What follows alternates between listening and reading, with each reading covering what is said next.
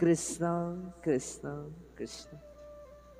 এই পদবন্ধে মংগলাচৰণত সুন্দৰভাৱে প্ৰকাশ কৰিলে যে জয় জয় কৃষ্ণ কৃপাময় মহেশ্বৰ, যাৰ আজ্ঞা শিৰে বহে ব্ৰহ্মা হৰিহৰ। কি কৈছে যে গুৰুজনাই জয় জয়তে ভগৱন্তৰ জয় জয়কাৰ কৰিবলৈ আৰম্ভ কৰিছে এই ভাগৱতখন। আৰু যিজন মহেশ্বৰ আজ্ঞা পালন কৰে ব্ৰহ্মা হৰিহৰে,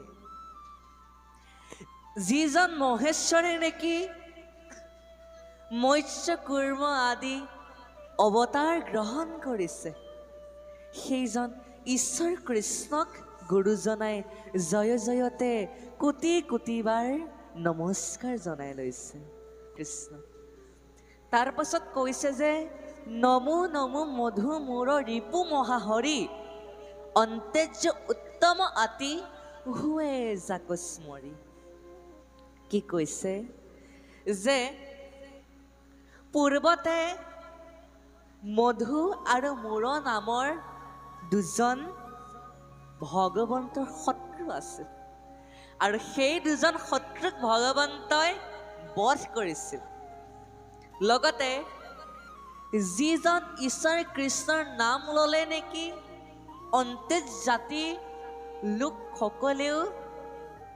লোকসকল ব্ৰাহ্মণ হৈ পৰে, সেইজন ঈশ্বৰ কৃষ্ণক পুনৰবাৰ সহস্ৰ এহেজাৰবাৰ প্ৰণাম কৰিছে আৰু কৈছে যে যিজন ঈশ্বৰ কৃষ্ণৰ নাম ল'লে নেকি, যিজন ঈশ্বৰ কৃষ্ণৰ নাম লোৱাত পৰীক্ষিতে উদ্ধাৰ হোৱা নাই, সমস্ত জীৱ জগতেই উদ্ধাৰ হ'ব পাৰিব কৃষ্ণৰ নাম ল'ব পাৰিলে। সেয়েহে ঈশ্বৰ কৃষ্ণৰ নাম বুলি ক'লে বহুতো মাহাত্ম্য আছে। তাৰ পাছতে কি কৈছে যে প্ৰভু ভগৱন্ত ভকতৰ নৱনিধি, হৰিক স্মৰণে আৰম্ভৰ হৌক সিদ্ধি।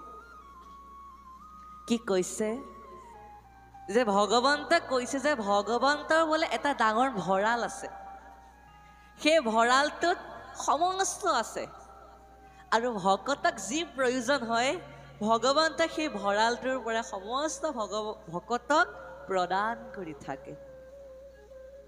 তাৰপিছত কৈছে পৰীক্ষিত মুখ্য কথা দ্বাদশ পৰ্যন্তে, দ্বাদশ স্কন্ধে কৃষ্ণ চৰণে ভনে কিংকৰ কৃষ্ণ।